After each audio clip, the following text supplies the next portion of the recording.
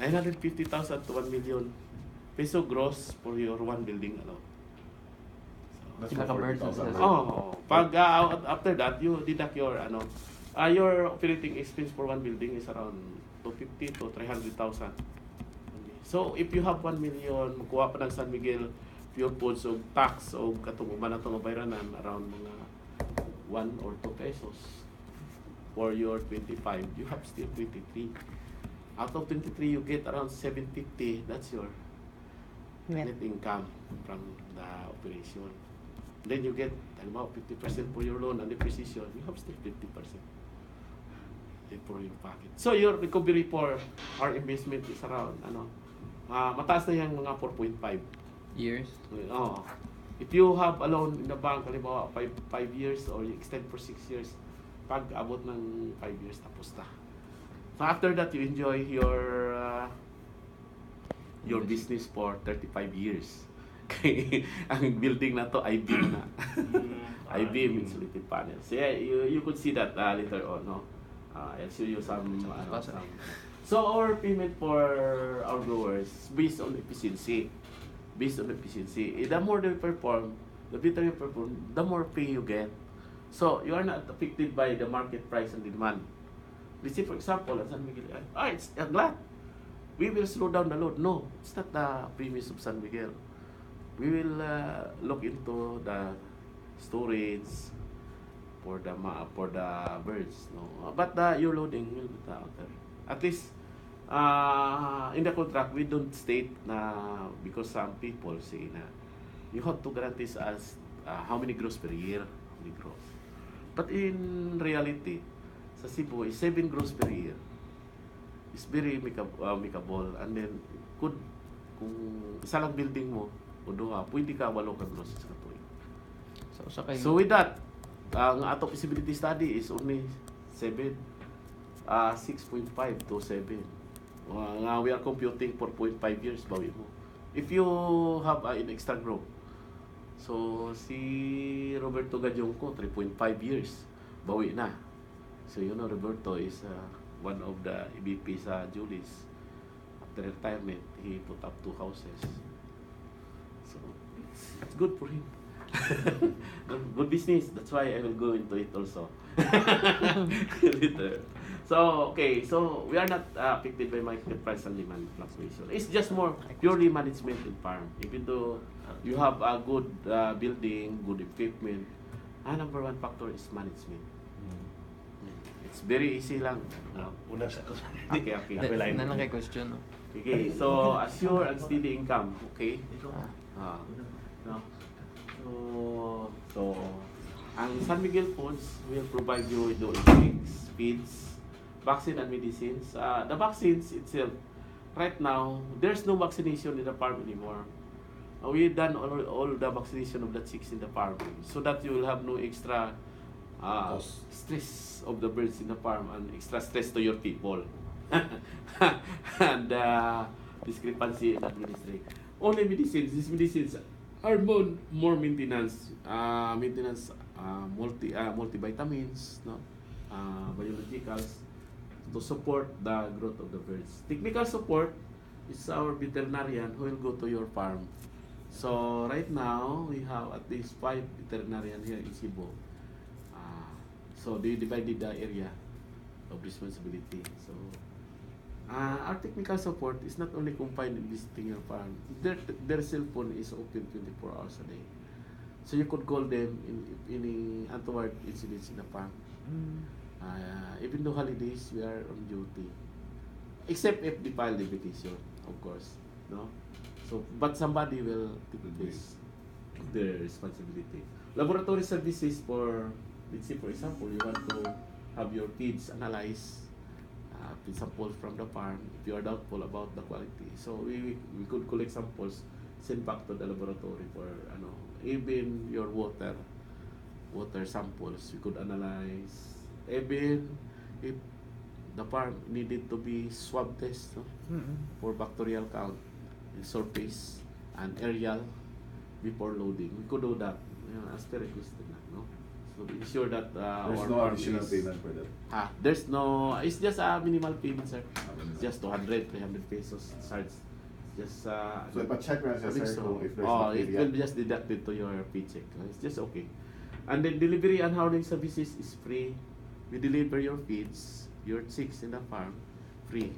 We have a third party tracking, no, to cater this function.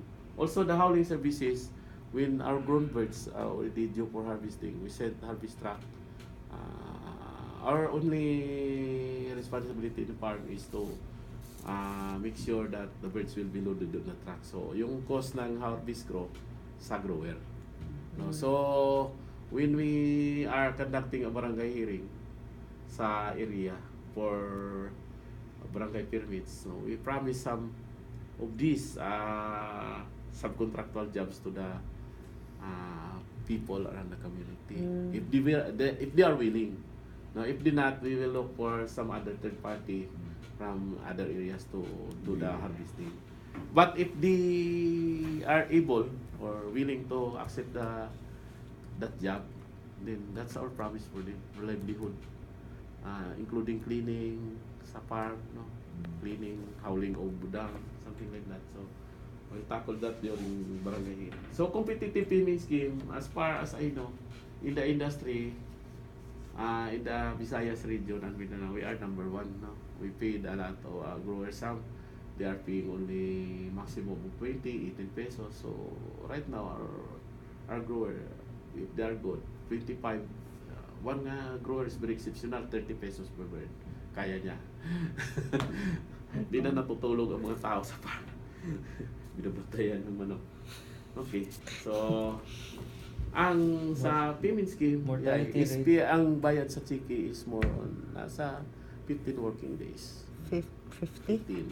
15. 15. No. But we are trying to scale it down to 10 7. because of the intake ba.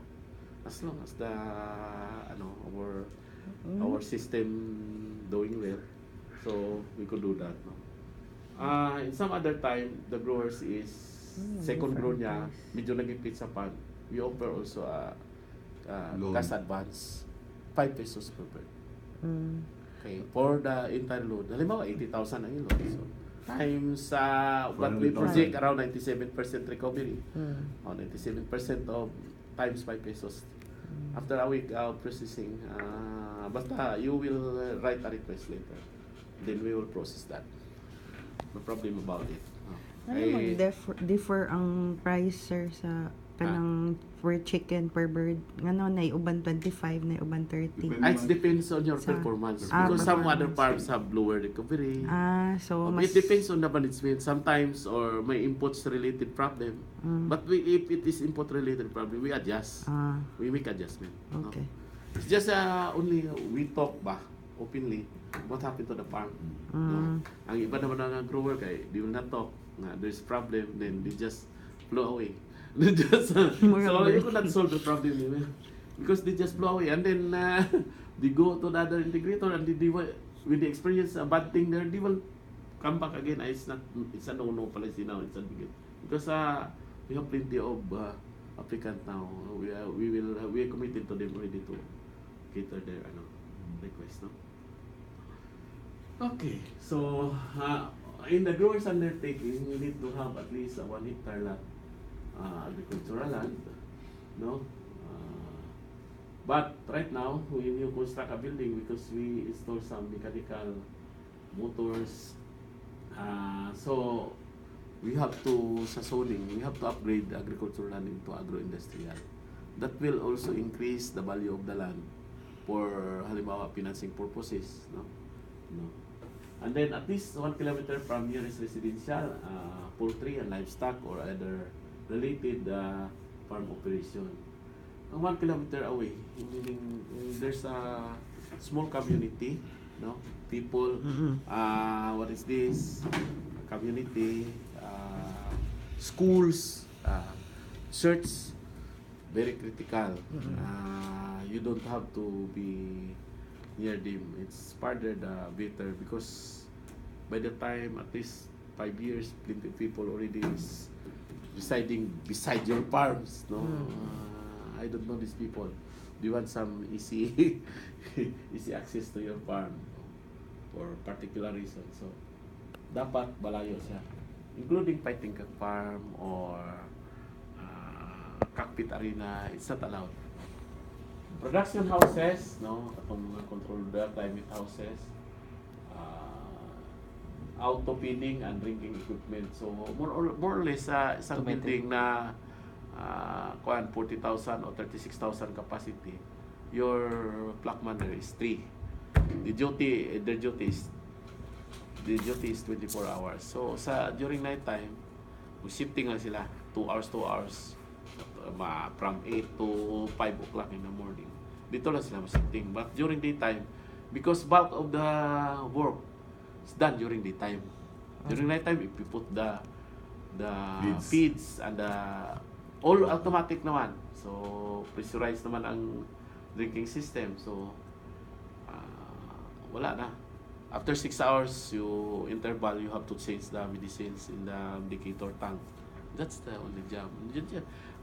During night time, it's very critical because sometimes those brown out, and then if they could not restore the power, no, we have some procedures to do so that our chicken will not die inside the building. Naman yun. No, due to ventilation failure. Sir, kanin yung minimum of 1 hectare, pila man ka-house mo butang? Sir, kung halimbawa sir, paano siya? Because you have some backup facilities also.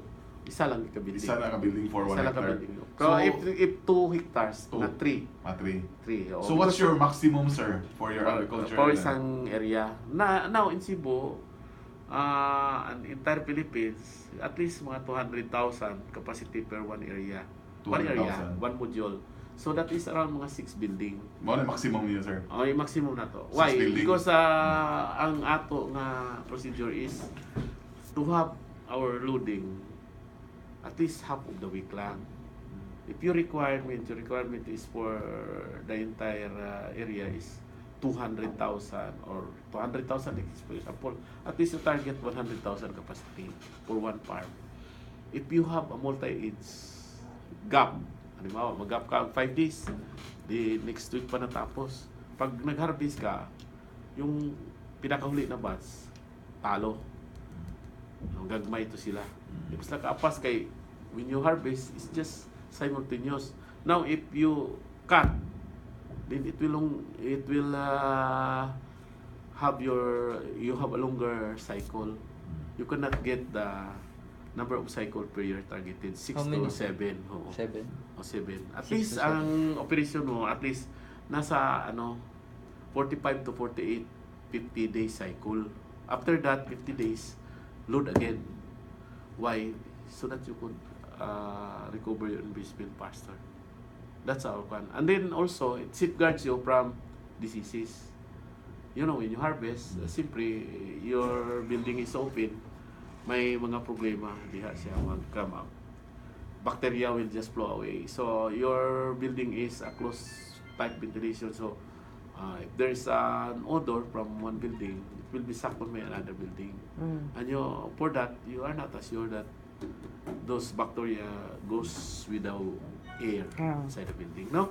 So that's why we want, aside from disease problem, harvesting problem, your cycle. It's very important. How many cycle do you will have during a year? That will dictate your ROI. Recovery. Okay. So support facilities. These support facilities, of course, are your feed bodega, your staff house, your guard house. We have a shower room by room. So everybody who came to the farm will visit the building, have change clothes, leave your clothes. We have a scrub suit prepared there with rubber boots. Then you take a bath, then change new clothes. That's for the use for inside the farm. Leave it alone. When you go out of the farm, you leave that, and then the farm will do the laundry. That's the ideal. Why? You invest a lot of millions here, and then here comes a guy who goes there, bringing the disease. If there's a disease, viral disease goes to your farm, like in CD or IBD, it will be a resident evil. Even you disinfect it well, clean it well, it will not solve the problem. That's for life. No, so that's why when you go also in vacation abroad, like Hong Kong or Southeast Asia or Japan or Korea, you are quarantined 14 days Mm. before you could visit your farm. That's it. Oh. We are very strict about it. One single mistake will lead to disaster. Okay, so so everything is logbook. May logbook sa guardhouse. That's why we prepare. We have a blue guard in the park. We don't repair na si tanod lang. Hindi, kanya-kanya na sila pauli. Oh.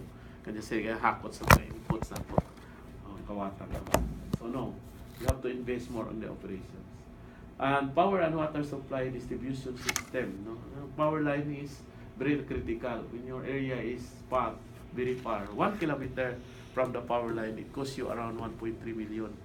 So we are gauging, that's why when we visit the area, we are visualizing and recording all of our observation, and then talk to the investors because you impose a lot of money. So water supply is the most important. You have a good road, good area, but the water would not post the business. So that's why sometimes if they buy the lot, they have a test drill first. Or you have to have it hydro survey before you buy the lot to commit to that. Okay. Skilled labor, your people that will man your building, will train them. You hire them, will train them with the farm. Where we get the equipment now, we have accredited suppliers by San Miguel, so we'll refer you to them. And each of them are obliged to have a training facilities for our people. No?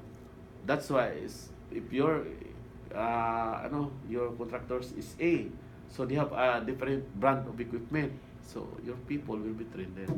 By the time they install the equipment, they are already well versed doing the thing, routine job in the farm. Also, our supplier also is required to have their technician duty for one grow in your farm. 24 hours a day, he will not get out. He will be there to guide your people during troubleshooting, how to repair the equipment, how to set the equipment. They are there. Aside from technical people from San Miguel. We have our own. Oh, yeah, our own. The contractor has their own. Yeah, if you want. Manager or Oh, manager, yes. You could hire someone. If you have 2 buildings, we have a roving manager now. If you want, your manager is your demand to reduce the cost. Reduce the cost. Dapat Cost of the labor. If you have one on building, your lead man is your manager first. So you have 2 assistants. Okay. When you have additional building, then you hire another 4 people, then you will let him. That's otherwise, kung gusto talaga ng investor na siya mag-manage, siya manager. Tapos siya sa farm. For 30 days, he will not go out from the park. 30 days. Oh, because if you go out from the farm, you are not assured with the outcome of your farm. Because during initial stage, for the first year, you have to be cautious and train your people. You know, you are still adjusting. So we are very careful because first grow sometimes is not a perfect grow. You have to adjust first. Okay. San Miguel requirements and government permits. No? So, yan. First, you have a barangay resolution. But before you go into that, we'll have a barangay hearing. We'll conduct a barangay hearing. We could assist you. No? Could assist you with that. No? Bring a tarpaulin, explain to them what is our business. We'll base na tayo dyan. Okay. Mayor's permit, as soon as you get your barangay resolution, then we'll proceed with the mayor's permit and business permit. It's easy registration if you have a company and article corporation. of GIS na siya. It is single proprietorship required on the DTI. No? Then we required a BIR certificate registration, your name of business, proprietor, COR. Then aside from that, we'll get an official receipt from the BIR. That is non-VAT. Non-VAT. Non-VAT.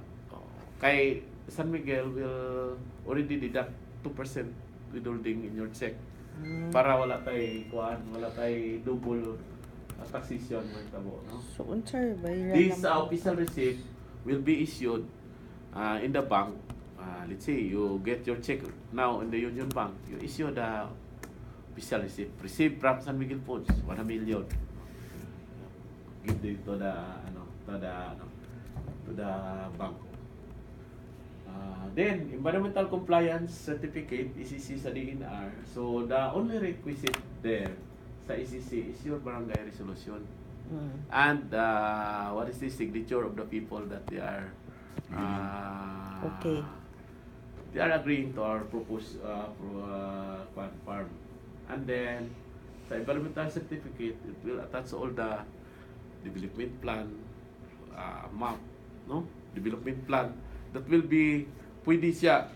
It will be made by our supplier, accredited supplier kay they want to construct your building, or if you have your engineers, you could make a site development plan based on standards sa San Miguel.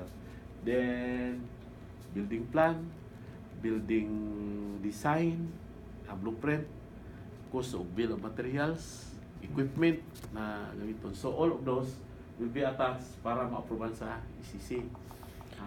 Mo assist mo sa ECC, sir? Dili. Environmental compliance. Mo assist mo sa application sa ECC or sa Ah, supplier na? No, ang supplier wala mag-assist ang supplier for that. No, but we have already contact with ECC. Don't worry about it. Okay. One of our grower is also the one who process some of our ECC permit. He's from DNR. You could go directly to filing pay. Yan, do the rest. No. Kanang kuan, sir, Ah. excuse me, kanang like for example, there's an existing farm already there, na mga permit na nan, okay ra Pwede man. na, pwede lang So at ipapulita least na to, wala na sir. siya kuan, okay ra, sir. Oh, Eh ipapulita before, na to. because at least kabauta nga kana siya okay na because nagbuhit naman siya sa una diya. Oh, pero ang cancer, tanaw na to kung may ECC ba siya. If the ECC is just only good for 10,000 or 20,000, we have to upgrade that. Pwede na siya upgrade. Nata extension. Extension. Because karon one time na application sa ECC is below 100,000 is just regional based approval. So we will be costing around 70 to 90,000 for processing for that.